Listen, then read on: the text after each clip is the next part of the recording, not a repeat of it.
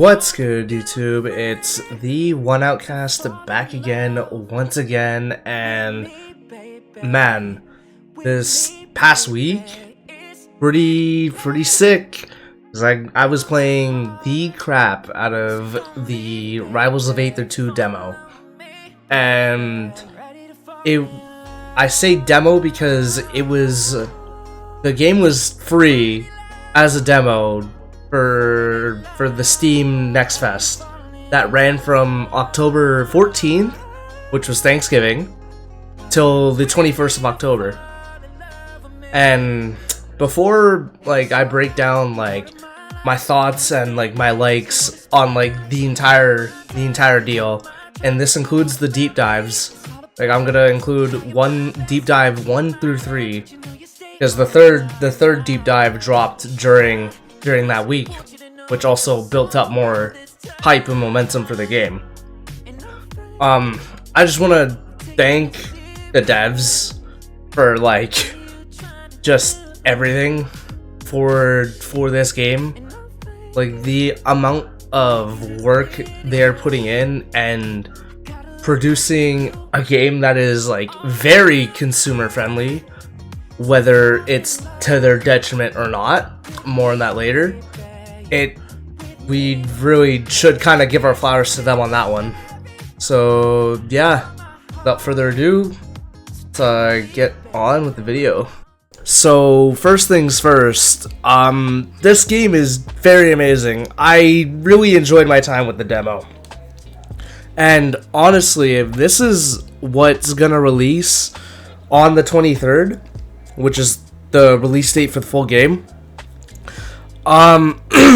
right now, it being the way it is right now and the direction it's going, I kind of have very few gripes with it at the moment. And it's honestly the game right now where all the platform fighting communities can intersect and just compete against each other. And for that, I really love the game for that. Because ever since I wanted to stop playing, or at least competing in Ultimate seriously in 2020 because of the pandemic, I got into Rivals, and I thought it was the sickest game out there for platform fighters. It was basically an easier version of Melee to me, and I really like that because, dude, that game is very intensive and also very hard to get into. So Rivals was kind of the what's the word? I guess my introduction to fast-paced platform fighters, and I've always wanted people to get into the series, and then always seeing it get little broed at majors 4 years later constantly, it still aggravates me, or rather aggravated me, because now I can just see that Rivals 1 will just never be as popular as 2, because we could already see it in the Steam charts. Within a span of a week, literally at least 7,800 players were playing Rivals 2 versus the all-time peak for Rivals 1, which was 2.6k within a span of 9 years. This demo week made me more optimistic towards the future for Rivals of Aether 2. And despite me missing Rivals 1 movement and how much freedom I had in my combo routes, Rivals 2 to me scratches enough of the itch to where I can just treat it as a different game, despite it being a sequel to the series I love. Which hard pill to swallow, but it is what it is, and this is what is getting these numbers, is making those changes to make it more palatable. Still though, the gameplay though, it is still smooth to me. To me, it still feels smooth to like other platform fighters out there, and like I would honestly recommend this one, like Rivals of Aether 2, as a pick up and play compared to the others. Like, this game still moves relatively fast. Like, it's still, that to me is like kind of what makes it still feel like Rivals to me. So, what did the demo have? Well, honestly, the demo had, like, as soon as you boot the game up, like, and past the title screen, you just see like an immaculate, like, looking menu. Like, it's basically night and day, like, compared, like, that menu to like the beta menus, as well as the character select screens, and also the menus to like change your controls around. I don't know if that was in the last beta as well, but it's still like I can't highlight enough of like how like great the game looks, like just from when you boot it up. Now, the biggest surprise to me in this demo week was they actually included ranked, and not like how they were describing it as ranked light. No, like they actually give you like titles for each rank, every rank, and I don't know how else to explain it. They actually gave like ranks after achieving like a certain amount of elo. They made it sound like, well, this is what irked me a lot, where they were calling it ranked light, and they made it sound like where you just like get an elo and you don't get a title beside it, which is like, okay, well, we're just gonna have to swallow that till release. No, like what they meant by ranked light was that they are not including the features that they wanted to, like, until like after ranked, which is like, I guess, a separate progression bar of like unlocking different types of skins for when you do ranked. So, for example, like in Rivals 1, you can get a gold skin for hitting gold, which is like, yeah, that's pretty neat. And they couldn't include like a progression bar in time, I guess, for release, which is why they call it ranked light, when in reality calling it that makes some people think that, oh, all you're getting is just a number and that's it. Regardless though, even if it was just like just a number, I'm glad they included that, because I don't want to destroy Little Timmy on ranked and then be the reason why Little Timmy quits Rivals of Aether 2. I say this now and throw that statement out there now, because in reality, I really don't want to be running into new players new to this genre, because that was a constant problem in Rivals of Aether 1, where like I fight a new player and then it's like they're just gonna quit right after because they realize the game's full of sweats, when it's like, when the issue is like there's not enough array of players for those people, like the new players, to fight against. And yeah, no, and then it's just a constant problem from there that just snowballs.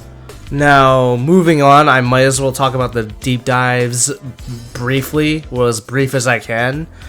And the deep dives being Aether Studios' plans, and like them breaking down basically like their launch plans, their cosmetics, and how you can support them, and post-launch plans.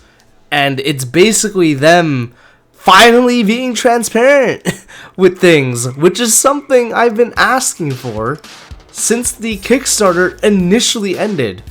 Like, at first. Because, honestly, I feel like it's our prerogative to know the plans and future for the game. Because, or at least a crumb of something. Because that was our money, and that was like our money as a community to help Aether Studios get Rivals 2 off the ground. So, in reality, this project is built off the backs of generally the platform fighting community and other people or outsiders looking in. So I'm like I'm a little irked that they're finally doing something near the end of promotion for this game, because this game is set to release on the 23rd. However, I'm just glad we got something. I would have been satisfied with like a little bit of info, but no, they went above and beyond for this. And yeah, no, again, I would have rather liked more like little bits and pieces, more transparency as time went on from when they first announced the Kickstarter. Because again, this game is kind of built on our backs, like how major tourneys are built on the backs of people who go 1-2 or 0-2. Anyways, first deep dive, Aether Studios talks about their initial launch plan and what things are available at launch.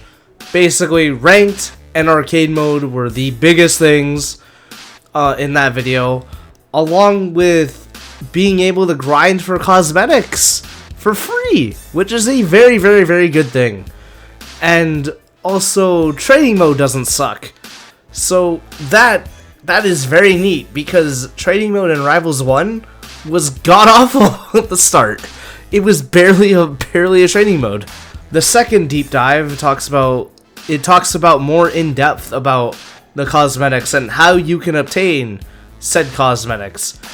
And I already said at the from the first deep dive that they said, hey, like, you can grind your way to these cosmetics. You can earn Aether bucks and Aether coins, which you can buy, which you can use those to buy in the in-game shop, or you can give Dan your money for more coins and Aether bucks. And honestly, to those saying like, oh, they don't, some developers just don't want to take your money, and like, this game's built on passion and love of the game and all that, are you blind? Like, people need to earn money in the world, man. Because like, not only is this game like have free DLC, so like basically any new character that comes into the roster is just free. You don't have to pay anything. And then on top of that, like, making the game more consumer friendly by like just completely ducking the fear of missing out, because they also have like events planned, like event skins planned, and if you miss your chance to get those skins, they just go in the shop in rotation, which is very, very, very good. And again, like, most people from Rivals 1 and many more people that were concerned that they're making the game like too consumer friendly, like, like, the fact that that's even a phrase is kind of scary. Like, we want to support them, like, because they kind of deserve every single dollar, because the cosmetics in this game, not only the skins, but like the death effects and the icons and the respawn plats, look immaculate, and they honestly deserve like the money that they should be getting, because Rivals 1 wasn't cutting it.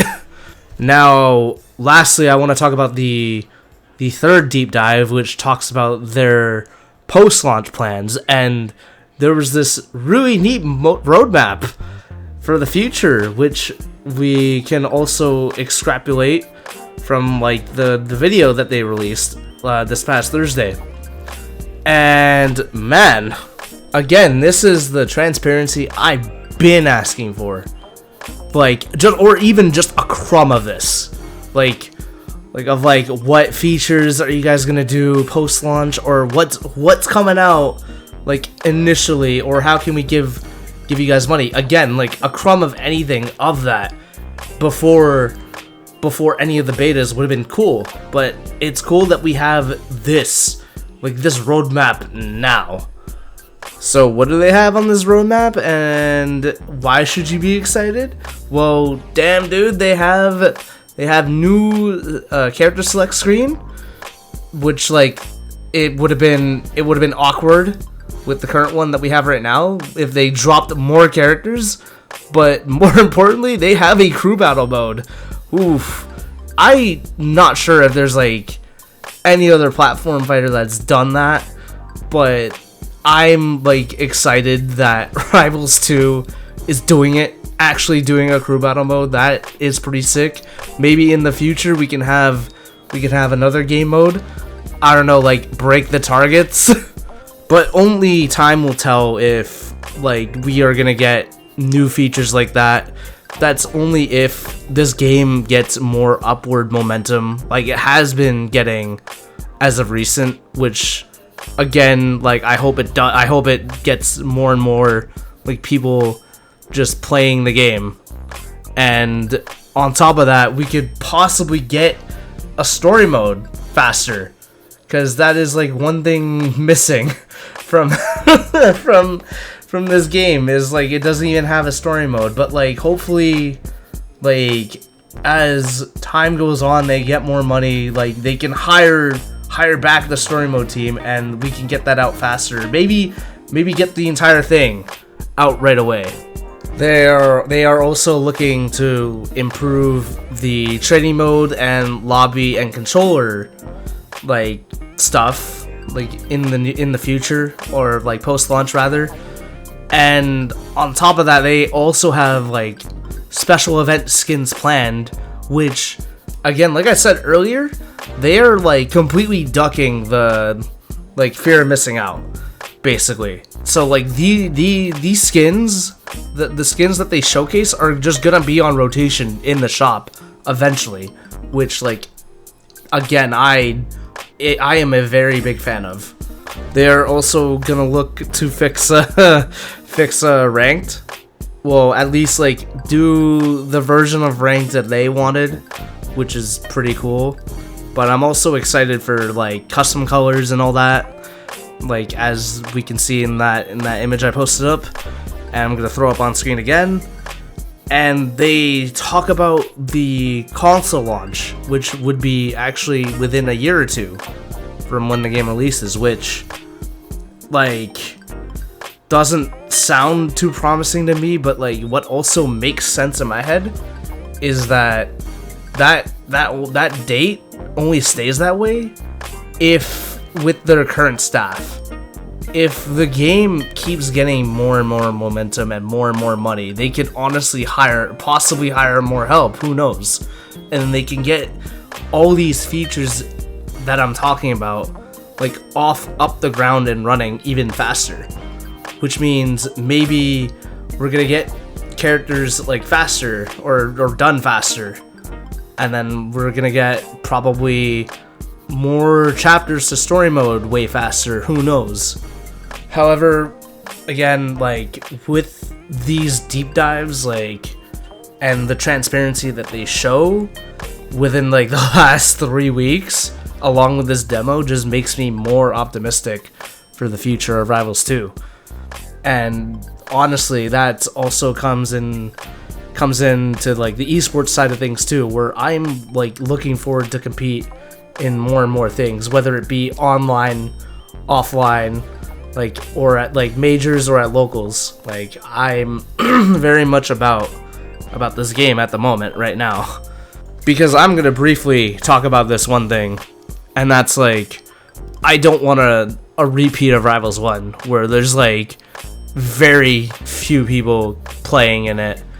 And I keep bringing this up because yes, I get that Rivals 1 is like a different vibe from Rivals 2, and I love Rivals 1. I love the movement and the freedom I have to like do combos and like execute like the sickest combos.